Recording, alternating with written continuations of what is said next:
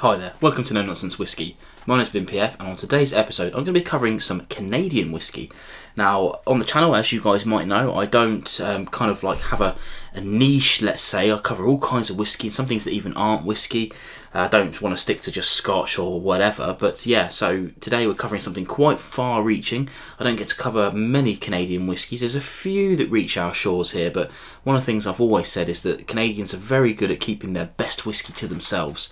So we don't often see the kind of creme de la creme, let's say, over here in the UK shores. I know some of it bleeds through to America occasionally, but yeah, please do send more Canadian whiskey over to us because I'm sure we'll be willing to enjoy it.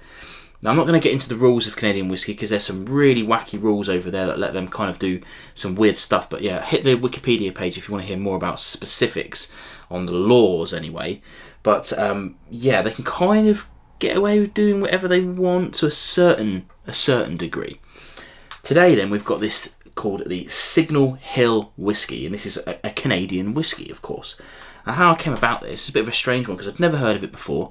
I was a member of the Whiskey Pioneer subscription service. It's like $7.99, $7.95, and you get a wee sample every month. Sometimes they send two, and they sent this over, Signal Hill, 40% Canadian whisky. Never heard of it before.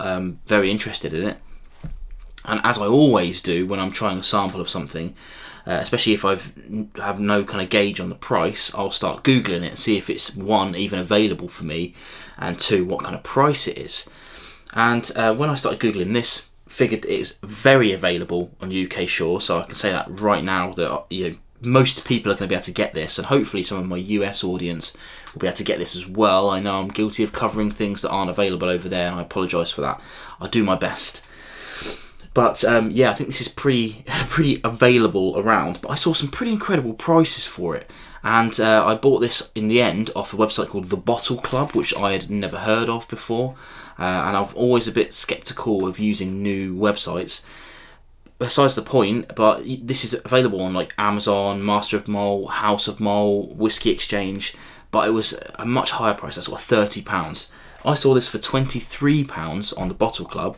Added a bit of shipping. I think it ended up costing me $28, which is still cheaper than the base price of all of the other websites that I mentioned. So I went for it, and maybe 2 or 3 days later, this showed up. Very happy with the service I got from them. So yeah, I can sort of, based on one experience anyway, I can keenly recommend them. I'll drop a link in the description below, and it should go without saying that I no way, shape or form sponsored by Bottle Club. I always say at the top of the show if I've been gifted a bottle or not, and this one definitely purchased. Yeah, so it ended up being like 28 quid, which is a bit of a bargain, and cheaper than like Crown Royal, which that I've got a problem with, not because it isn't good whiskey, because it's okay. It's not great, but it's okay.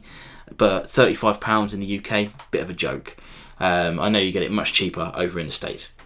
Digress. So yeah, I got that from them.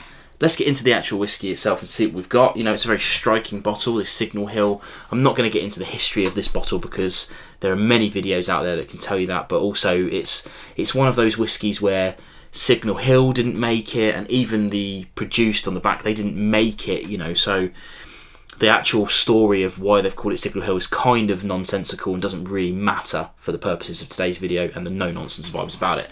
But yeah, Signal Hill is what it's called. That's the brand, produced by Rock Spirits, which is a kind of blender and marketeer in Canada. They also didn't make it, as I said earlier. Don't know where that it was made. I'm sure if I dug deep, I could probably get an answer out of somebody, but again, it's kind of irrelevant. It would be nice to know, but who cares? It's 40%, and weirdly, non-chill filtered still at 40%. The interesting thing about this is they are transparent about the cask types, not the age, but the cask types. So here we're talking about a mixture of Canadian Whisky Casks, which is a kind of, to me, is a roundabout way of saying that it's like barrels that have already had some Canadian whiskey in, right? Otherwise it would just be a New Oak Canadian barrel. Then we've got some New Oak as well. And then we've got some ex-bourbon casks. Well, they call it bourbon casks, but, again, I imagine that's had some bourbon in it.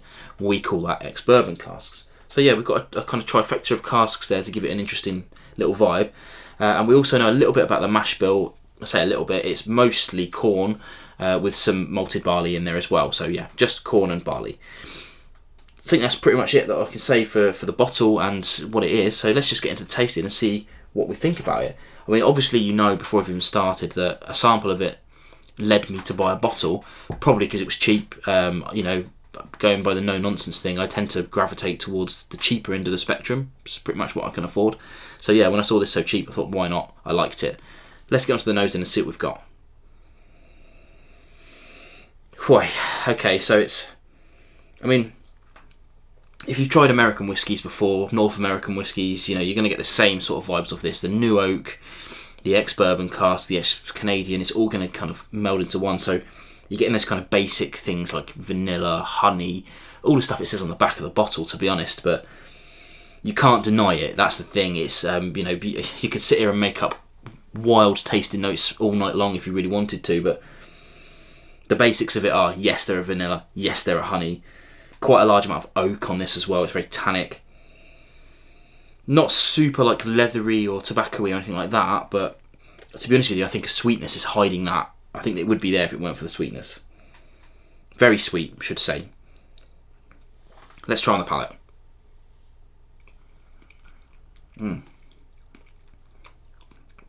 Hoy. I mean, it's so sweet. It's unreal. And that should be the kind of like, that should be the dividing line for you. If you like sweet whiskies or not. If you do like sweet whiskies, if you like your kind of heavy PXs, it's not a PX, I'm not trying to say it's that, but it's the sweetness I'm talking about now. It is borderline sickly sweet, and apparently I quite like that sort of thing, which is strange for me because I don't really like cake or sweets or anything like that, besides the point.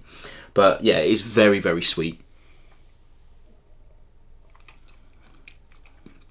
It's almost like a treacle, raw sugar kind of sweetness in there. There's a little bit of spiciness on the back end, but not so much. It's really overridden by the sweetness. And the finish is medium and quite hot, I have to say. There's definitely a kind of youthful alcoholicness about it. But, as I've said probably twice now already, the sample led me to buy a full bottle of it. Again, probably because it was cheap, and I'm pretty happy with that purchase, I have to say. This isn't a mind-blowing whiskey, I want to make that right clear, you know, especially as I said earlier about the best Canadian whiskies not coming over this way. I'm glad this is available. This kicks the crap out of, like, the basic Crown Royal, in my opinion. Not everybody will agree with that, because I know not everyone likes a sweet whiskey. But for me, really enjoy that. Couldn't drink it all night long, that's for sure. It's an opener for me, and quite cheap again, so I wouldn't worry too much about killing it. But yeah, I have to say, quite glad I got it, quite glad I got the sample of it, and glad I checked out Bottle Club as well. But, you know, if you don't want to trust a new vendor, then please do get it from your kind of favourite online retailer. I've never seen this on a shelf, but then I'm not a frequent for bottle shops. There's not one near me, so I don't tend to go in them very much. That's a very long-winded way of me saying, I think it's a buy, but remember, you have to be on the right side of that line. Do you like sweet whiskey or not? If the answer is yes, it's probably worth a punt at 23 quid plus shipping, and if the answer is no, probably avoid. Don't think I can say fairer than that.